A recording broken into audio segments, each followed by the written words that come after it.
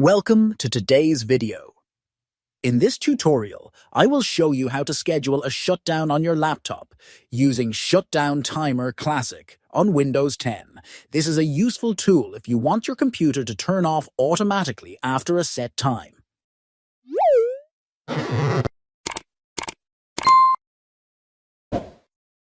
First, you need to install the software. Open the Microsoft Store on your Windows 10 laptop.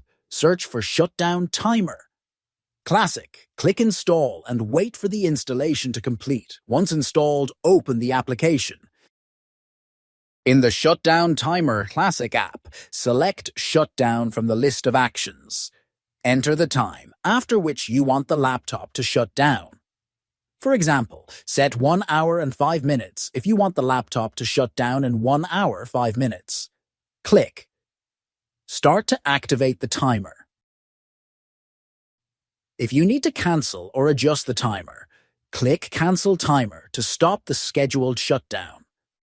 That's how you can schedule an automatic shutdown after a specific time span using ShutDown Timer Classic on Windows 10. This method is helpful when you want your laptop to turn off after a fixed duration without manual intervention.